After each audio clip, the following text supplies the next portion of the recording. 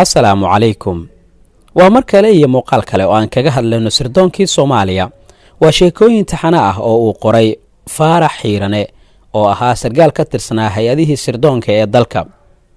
sargaal ka tirsanaa hay-addii sirdoonka Soomaaliyeed ee sanadkii 1976 ilaa 91 howlgallo sirdoon oo aad muhiim u ahaana ka qayb qaatay ayaa ka hadlay waxyaabihii ugu muhiimsanaa ee uu ku xasuusto sirdoonka Soomaaliya, waxaana uu yiri: sanadkii 1985 ayuu taliska nabad sugidda qaranka uu ii diray safar shaqo oo aad u qallafsan inaan ku aado dalka Itoobiya si aan dad qiimo u lahaa taliskii Itoobiya ciidu ugu daro. ma ahayn markii ugu horreysay ee la ii diray Itoobiya, dhowr jeer ayaan magac dulsaar ahaa ku tagay, laakiin markan waa uu ka doonaa safarka. saraakiil Soomaaliyeed oo dalka ka baxsatay ayaa Itoobiya la soo saftay dagaalkii ay nagula jirtay. haddaba si aan Addis Ababa u tago ayaa waxaan qorshaystay inaan marka hore aan tago magaalada Lagos ee dalka Nigeria, kadibna aan u dhoofo waddanka Hungary oo qaaradda Yurub, halkaas aan ka soo galo dalka Itoobiya.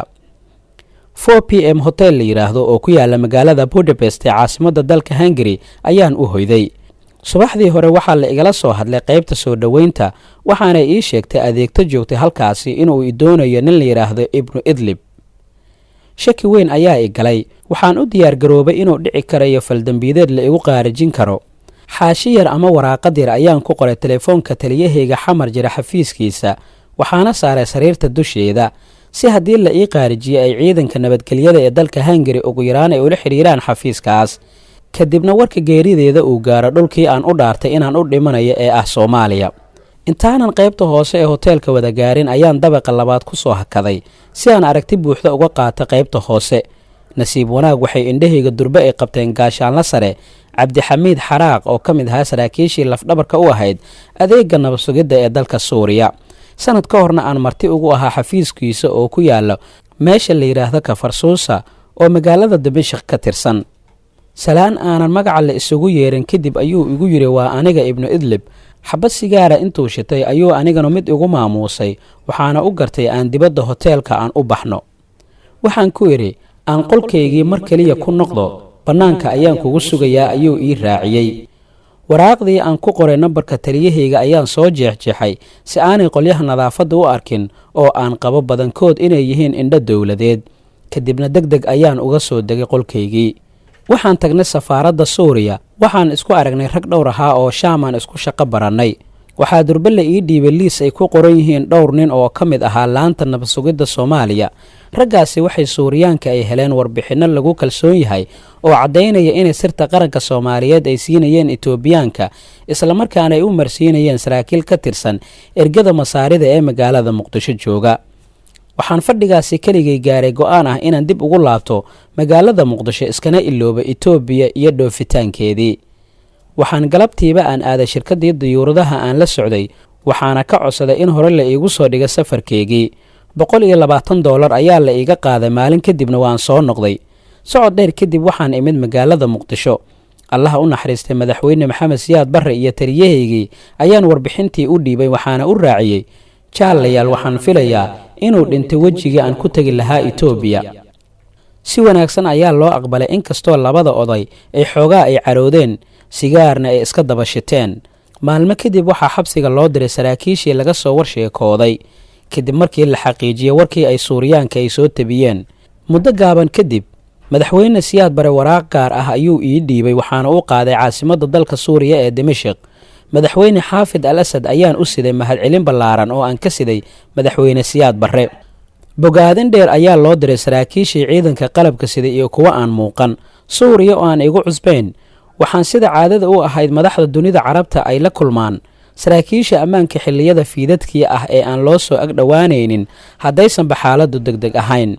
hotel la yiraahdo Shaam oo la igu martigeliyey ayaa waxaa maqribkii dabadii iigu yimid Hishaam Bakhtiyaar oo ka mid ahaa saraakiishii xisbiga Al-Bacth ee dalka Suuriya. wuxuuna ii qaaday aqalkii uu deganaa madaxweyne Xaafid al-Asad oo aan ka fogeyn dhismaha safaaradda Soomaaliya. war dheer kadib Xaafid al-Asad wuxuu u soo jeediyey madaxweyne Siyaad Barre tale ay habooneed inuu ku dhaqaaqo fulinteeda. walaalkay madaxweyne Siyaad Barre waxaan jeclaan lahaa inuu ka fikiro xiriirka Liibiya iyo korneelka xukuma waa Qadaafiye.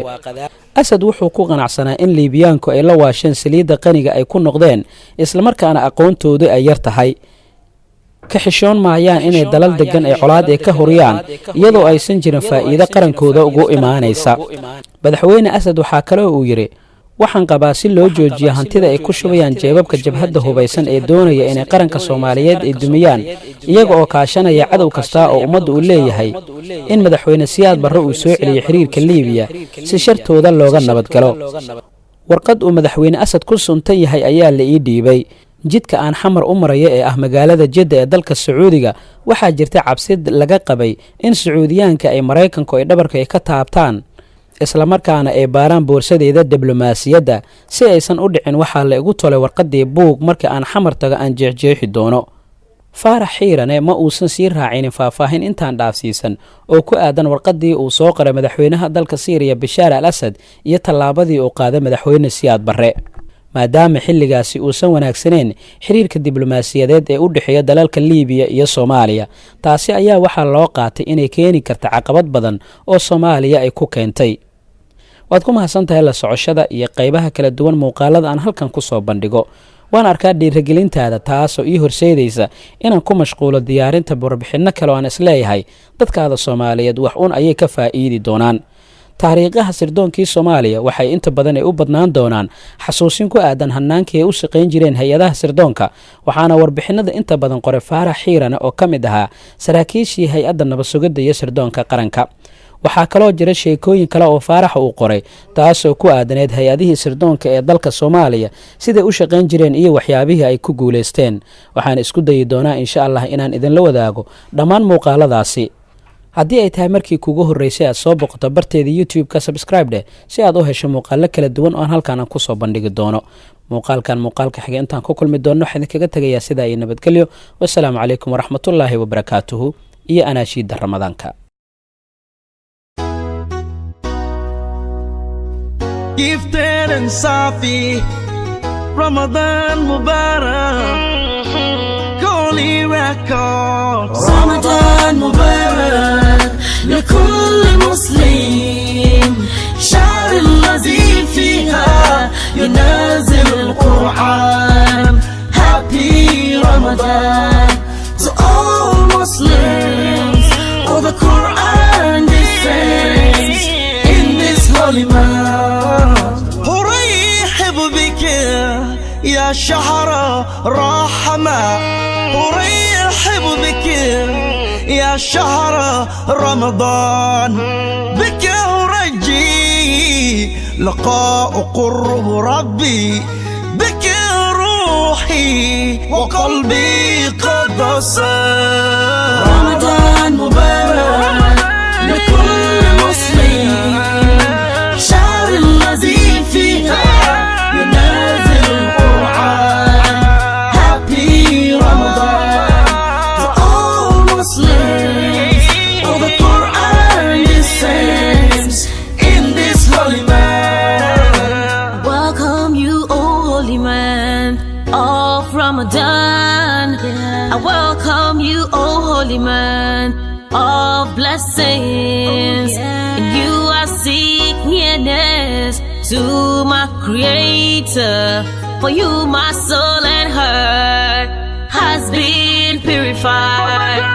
Ramadan Mubarak لكل مسلم، شهر الذي فيها ينزل القرآن.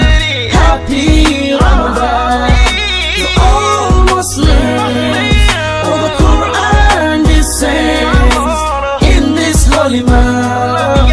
Ramadan, Ramadan, The month of forgiveness. Ramadan, Ramadan, the month of blessing. Ramadan, Ramadan, Oh, the month of peace. Ramadan, Ramadan.